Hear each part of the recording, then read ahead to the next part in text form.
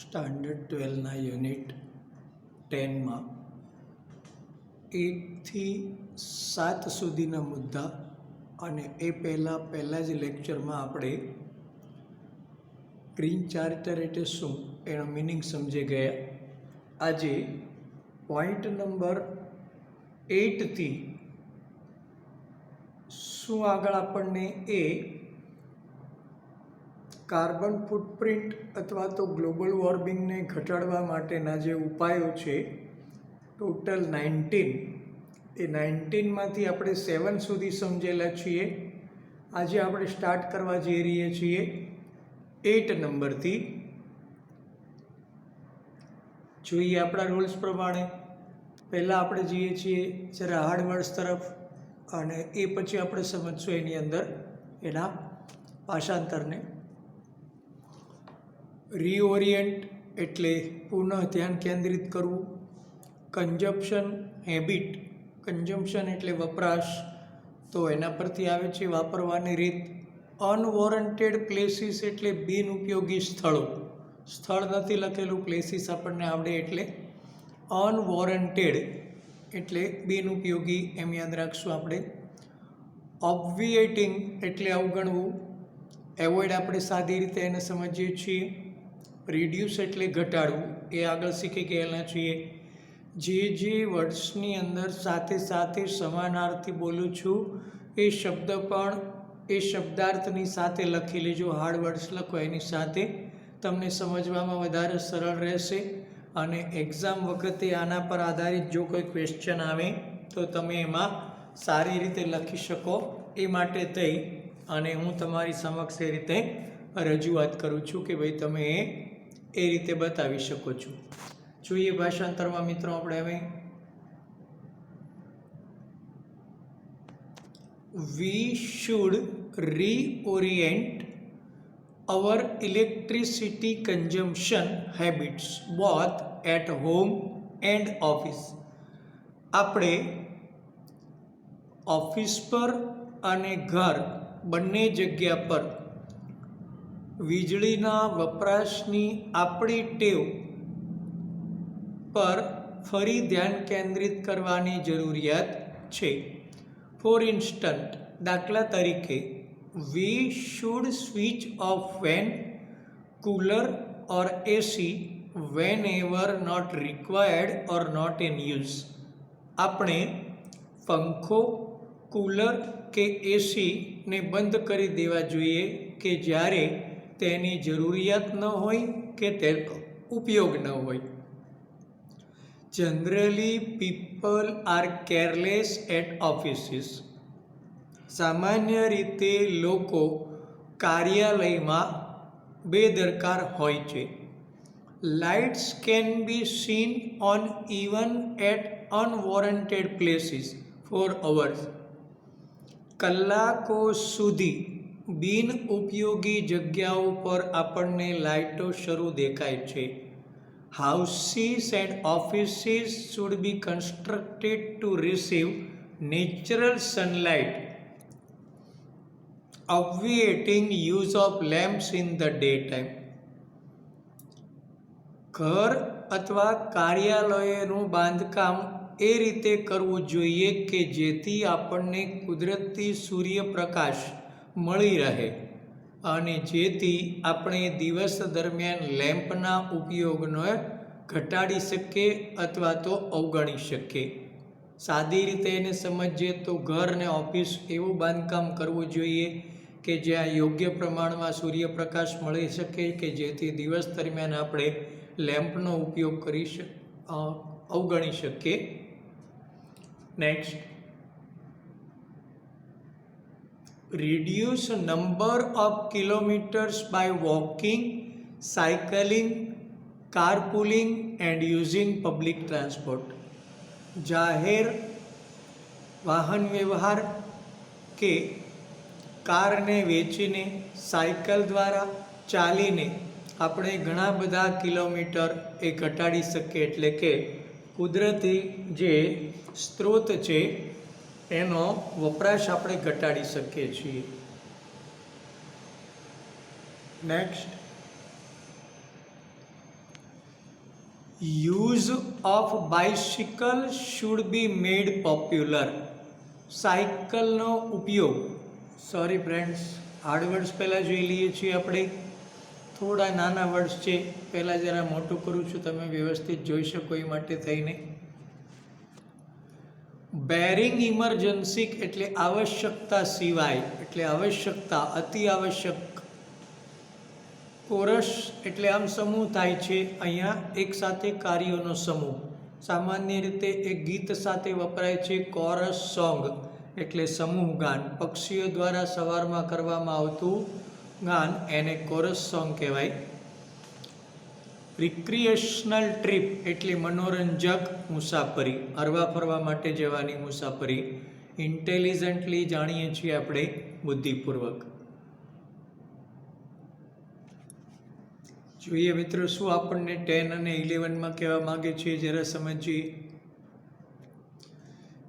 Use of bicycle should be made popular. સાયકલના ઉપયોગને લોકપ્રિય બનાવવો જોઈએ. We should observe cycle day once in a month and on that day. એક મહિનામાં આપણે એક દિવસ સાયકલ દિવસ તરીકે ઉજવવો જોઈએ અને તે દિવસે cycle riding alone should be allowed bearing emergencies. અને તે દિવસે માત્ર આવશ્યકતા સિવાય સાયકલ સવારી જ હોવી જોઈએ. People use to go for there daily chorus on cycle in old times. લોકો પહેલાંના સમયમાં રોજબરોજના કામો માટે સાયકલનો નિયમિત ઉપયોગ કરતા. Why can't we do the same today. આપણે શા માટે આજે તેમ ન કરી શકીએ? In recreational trips we can opt for bicycle instead of car or motorbike. મનોરંજન કે મનોરંજક મુસાફરી માટે આપણે કાર અથવા મોટર બાઇકને બદલે સાયકલનો વિકલ્પ પસંદ કરી શકીએ છીએ.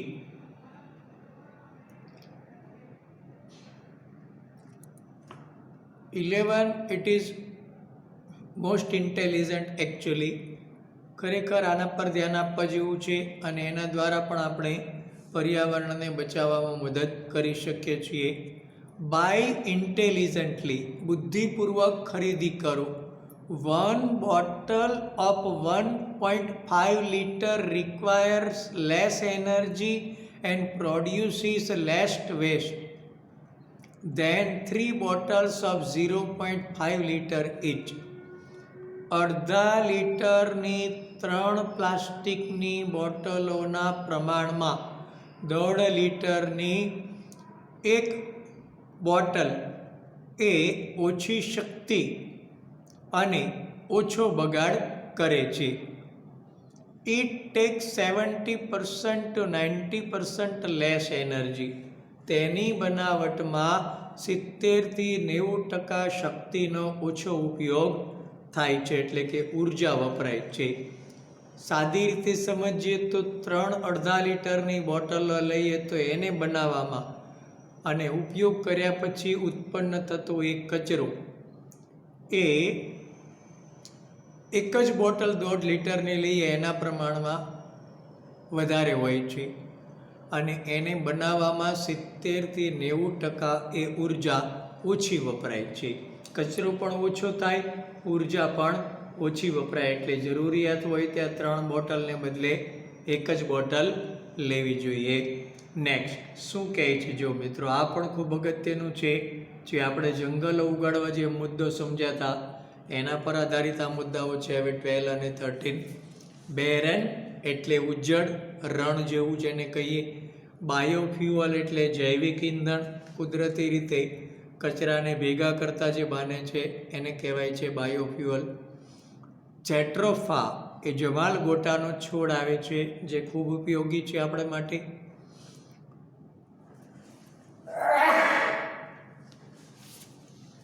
પ્રોમિસિંગ એટલે અગત્યનું, બાયોડિગ્રેડેબલ એટલે જૈવ વિઘટિત, એનો અર્થ કે કુદરતમાં પાછો ભળી જાય તેવો પદાર્થ.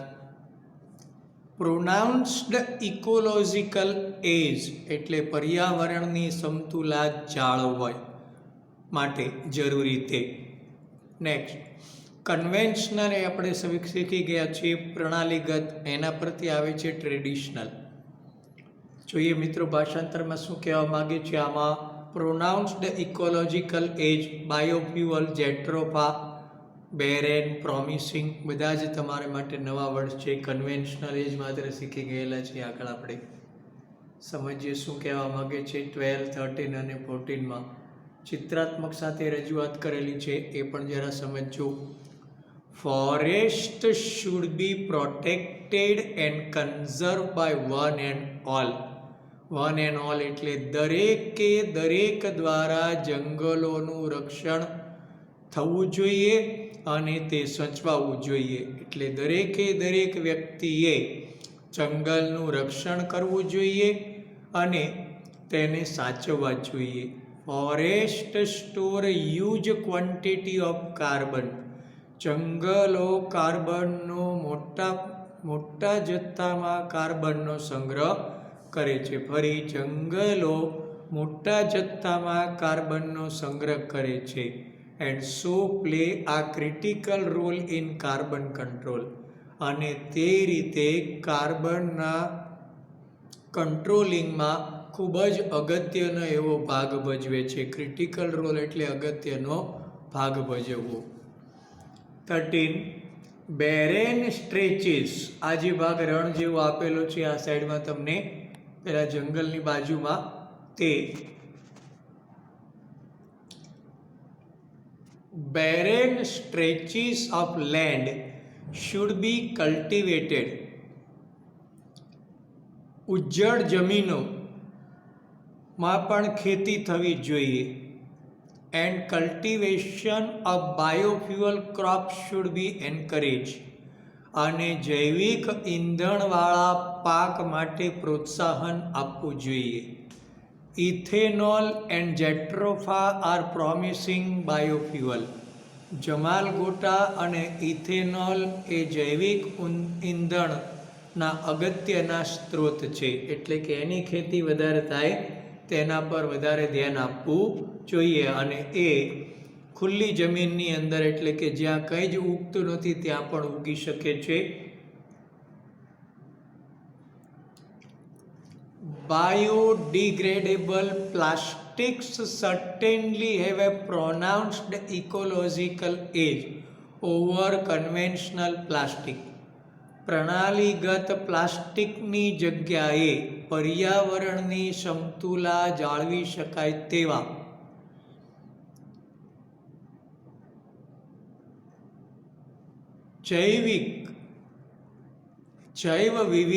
જૈવ વિઘટિત પ્લાસ્ટિક ચોક્કસપણે વપરાવવું જોઈએ. ફરી, પ્રણાલીગત પ્લાસ્ટિકની બદલે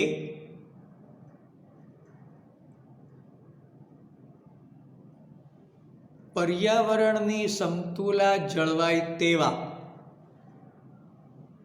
જૈવ વિઘટિત પ્લાસ્ટિક ચોક્કસપણે વાપરવા જોઈએ. Bioplastics are derived from renewable biomass sources. Bioplastic A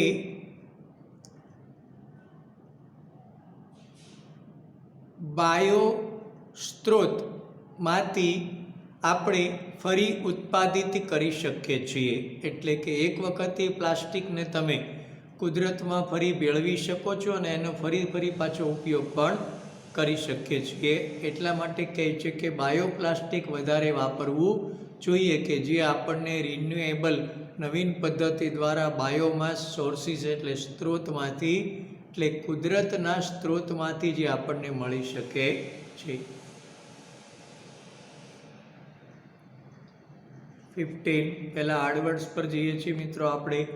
wet waste એટલે ભીનો કચરો. અત્યારે આપણે જઈએ છીએ જ્યાં મોટા સિટીઓ છે ત્યાં દરેક જગ્યા પર બે પ્રકારની એ ડોલ રાખવામાં આવે છે, બ્લુ કલર અને ગ્રીન કલરની, અને ચોક્કસ પ્રકારે કહેવામાં આવે છે કે ભાઈ આ કલર છે એમાં ભીનો કચરો નાખવો અને બાકીનો છે તે સૂકો બીજે નાખવો, જેથી કરીને એના નિકાલ કરવામાં વધારે સરળતા રહે. સો ડસ્ટ એટલે સો એટલે લાકડું કહેવાય, ડસ્ટ એટલે એનો વેર, ધૂળ.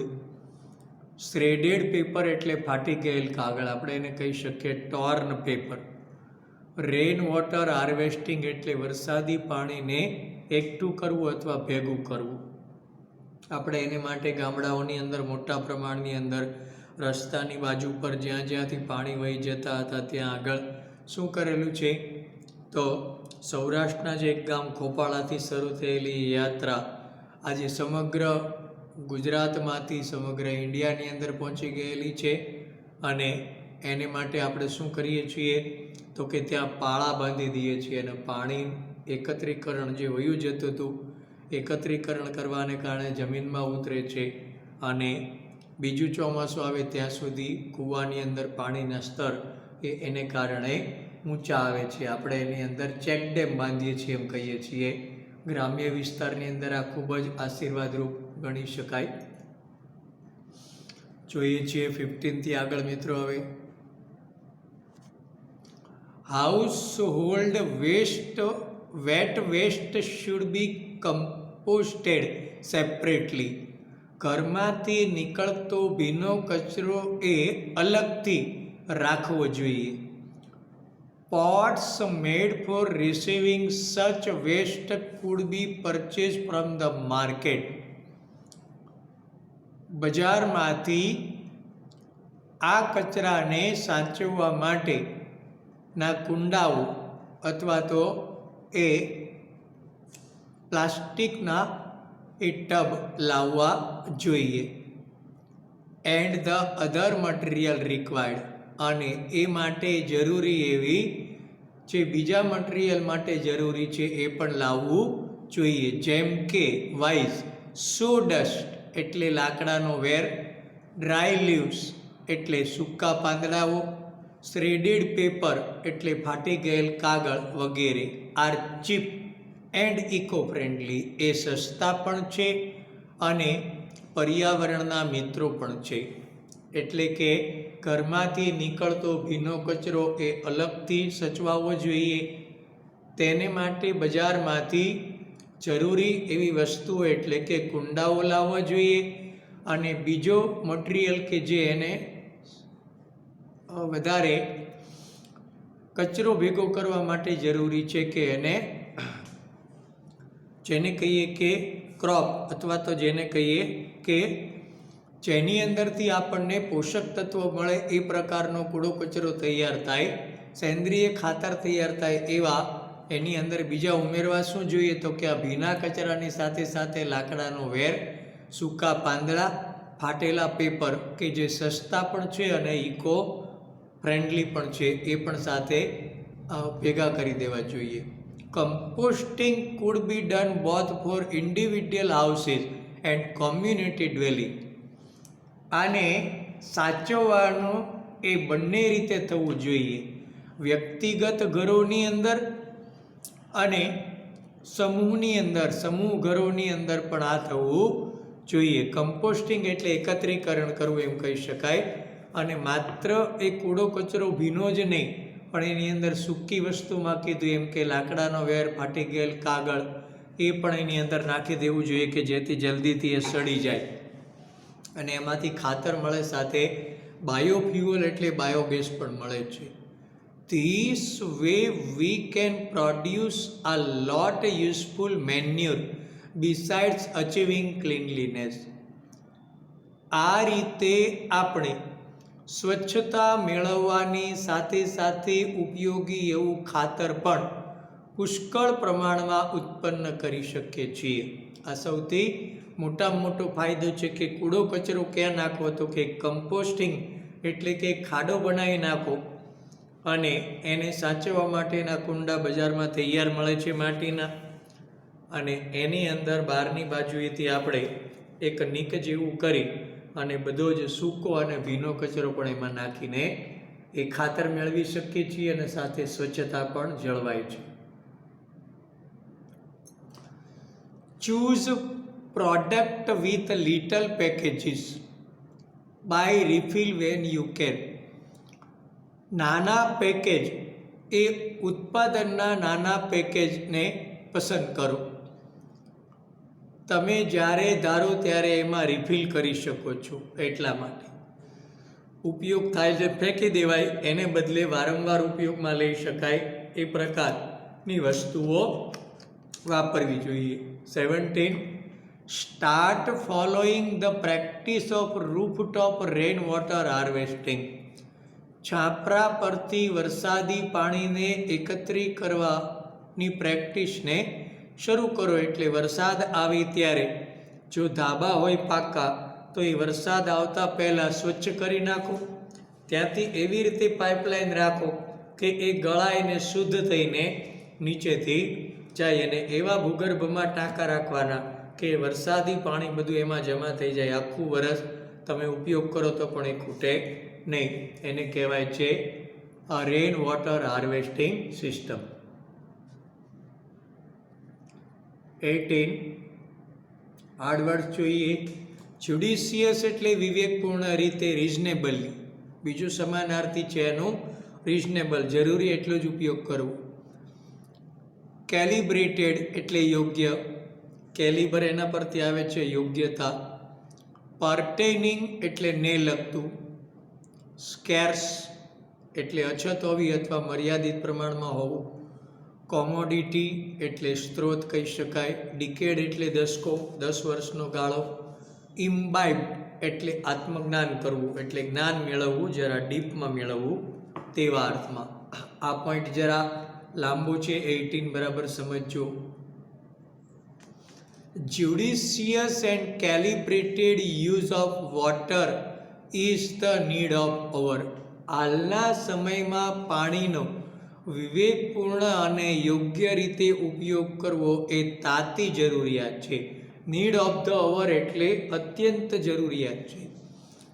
Every action pertaining to water consumption should be well calibrated. પાણીના ઉપયોગ માટેની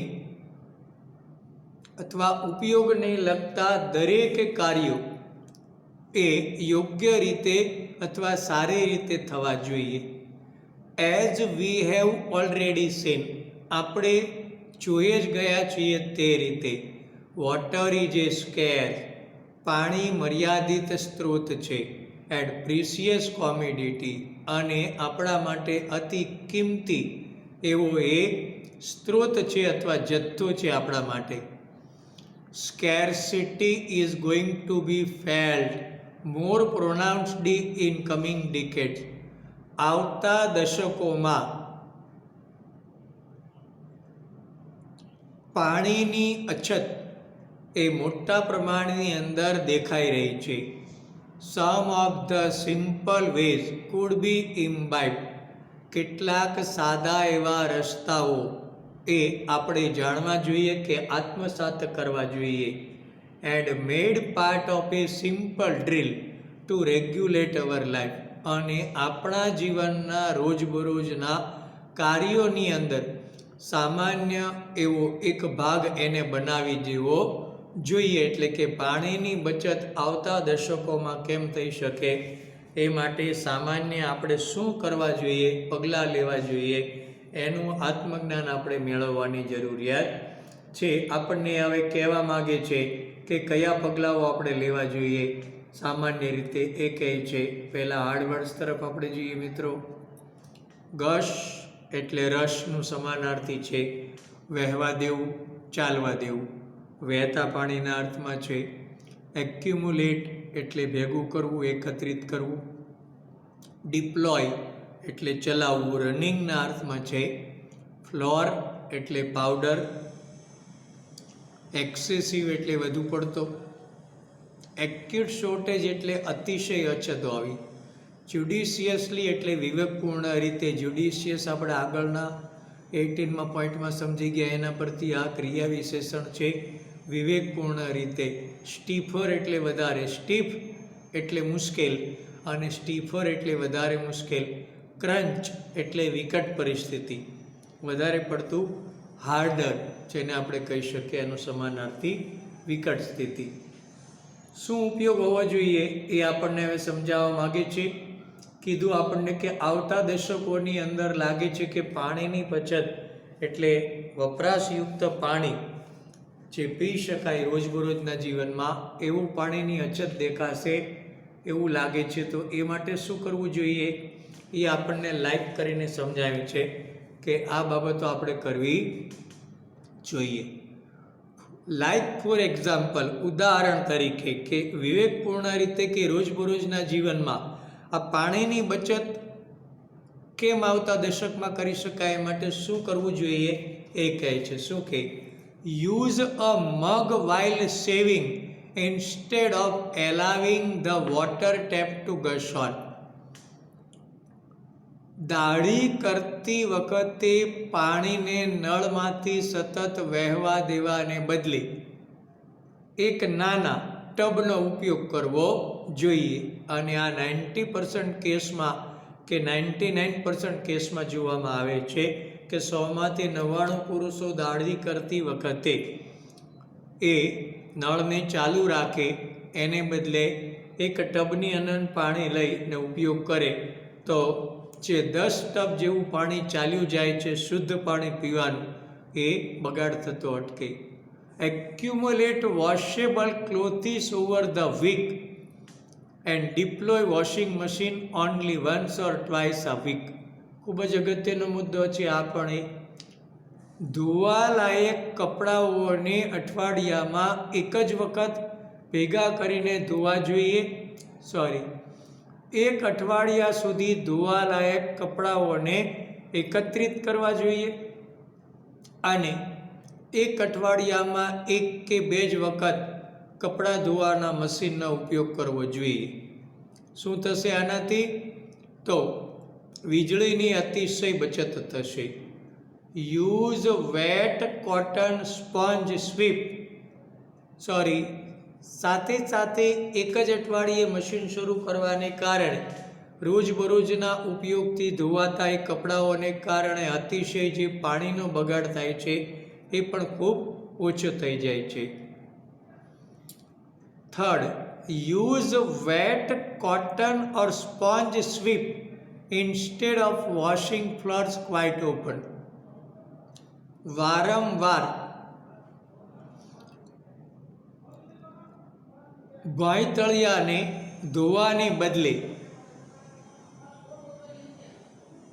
કોટનના કપડાનો પોતા તરીકે ઉપયોગ કરવો જોઈએ. તો કે ભીના કોટનના કપડાથી પોતા કરવામાં આવે તો પાણીનો ખૂબ જ ઓછો બગાડ થાય છે.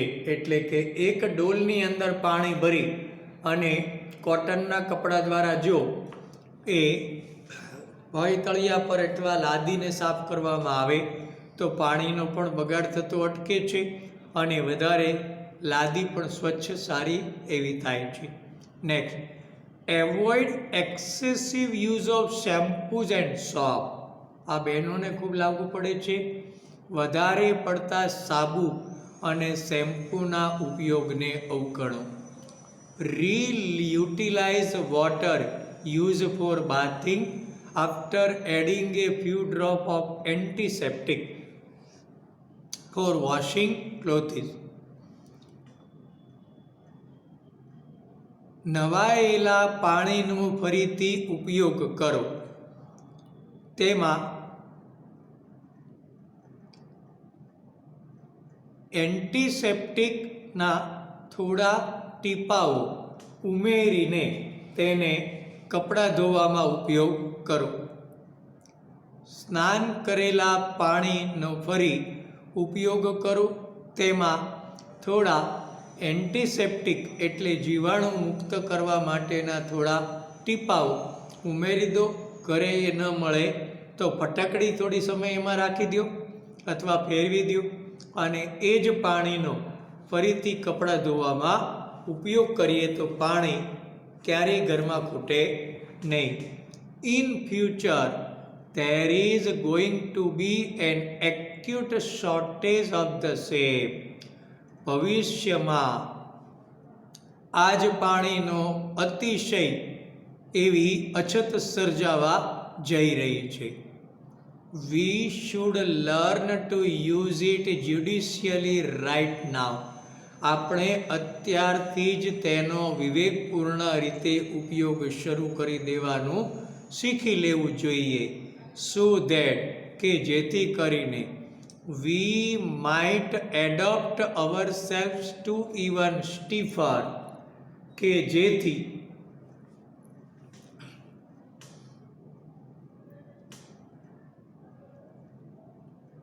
we might adopt ourselves to even stiffer water scarcity when crunch time comes, કે જેથી જ્યારે વિકટ પરિસ્થિતિ આવે ત્યારે આ વધારે મુશ્કેલ એવી પાણીની અછત વખતે આપણે કદાચ આપણી જાતને એ માટે તૈયાર કરી શકીએ કે જેથી એ મુશ્કેલી જ ન આવે.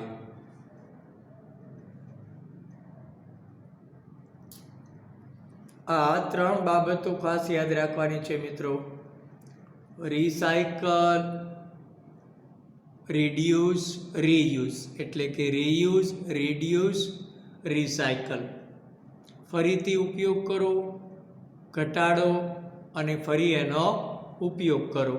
એટલે રિસાયકલ કરો, એનો ફરીથી ઉપયોગ કરો અને જરૂરિયાત છે એને ઘટાડો એમ કહેવા માગે છે. હાર્ડ વર્ડ્સ પહેલાં જોઈ લઈએ આપણે આના. રિસ્ટોર એટલે ફરી સ્થાપવું, રિડ્યુસ એટલે ઘટાડવું અને રીયુઝ એટલે ફરી વાપરવું. આ રિસ્ટોર એટલે રિસાયકલના અર્થની અંદર છે મિત્રો.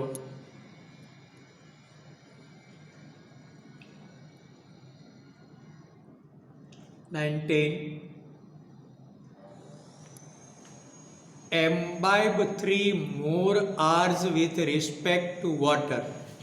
પાણીના સંદર્ભની અંદર આ 3 R ને એ અમલમાં મૂકો. જેમ કે રિપેર, રિક્લેમ એન્ડ રિસ્ટોર. રિપેર કરાવો, સમૂહ કરાવો, રિક્લેમ કરો અને રિસ્ટોર એટલે ફરીથી એને પાછું પુનર્જીવિત કરો. એટલે એ ફેંકી દેવાને બદલે શક્ય હોય ત્યાં સુધી રિપેરિંગથી ચાલતું હોય તો રિપેરિંગ કરીને ચલાવો. શેના વધારામાં? In addition to 3 conventional ones. પ્રણાલીગત 3 એ ઉપયોગોના વધારાની અંદર આ 3નો પણ એમાં સમાવેશ કરો. Recycle, reduce and reuse. ફરીથી ચલાવો, ઘટાડો અને ફરી ઉપયોગ કરો. એ 3 આપણા પરંપરાગત જે રસ્તાઓ છે તે ઉપરાંત તમે તેમને રિપેર, રિક્લેમ અને રિસ્ટોરનો પણ ઉપયોગ કરો. We easily throw away old electronic watches and toys etc. આપણે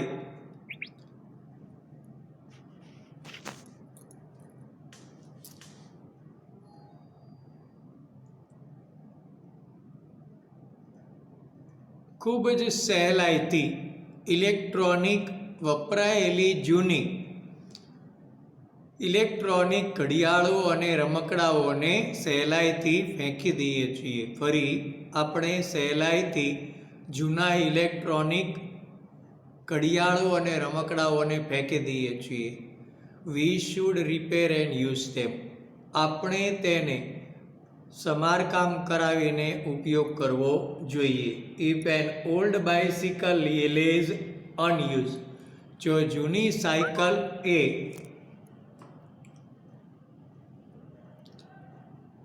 વપરાયેલી પડેલી છે તો instead of buying new one, નવી ખરીદવાને બદલે the old one should be clean. જૂની સાયકલને સાફ કરવી જોઈએ, ઓઇલિંગ કરવું જોઈએ, તેની સર્વિસ કરાવવી જોઈએ અને ફરીથી ઉપયોગમાં લેવી જોઈએ. These 6 R's should be the buzzwords for the coming decades. આ 6 R એ આવી રહેલા દશક માટે ખૂબ જ ઉપયોગી એવા શબ્દો છે. Until we restore our global environment back on its original track. જ્યાં સુધી આપણે આ વૈશ્વિક પર્યાવરણને ફરી પાછી તેના મૂળ ચેનલ પર ન લાવી દઈએ ત્યાં સુધી આ 6R એ આપણા માટે એ બઝિંગ વર્ડ છે, એટલે સતત યાદ રાખવા જેવા શબ્દો છે. આ તો મિત્રો આપણો લેસન આ સાથે પૂરો.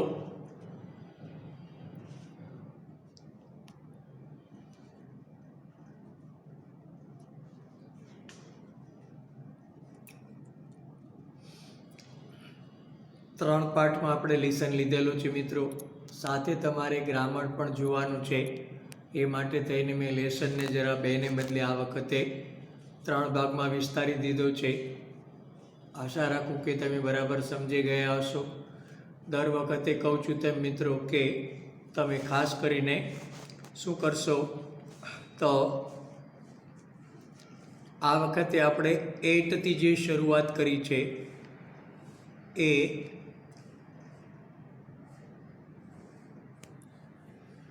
ત્યાંથી ફરી બધાના હાર્ડ વર્ડ્સ પહેલાં લખી લેજો, એ બરાબર વાંચજો અને પછી જે લેસન પર જશો તો આસાનીથી તમે સમજી શકશો. આની સાથે સાથે તમારે એક ટ્રાન્સફોર્મેશન એટલે બદલાવ એક ટૉપિક છે એ પણ આપણે કમ્પ્લીટ કરવાના છીએ. એ આ યુનિટની સાથે સાથે કમ્પ્લીટ થઈ જશે.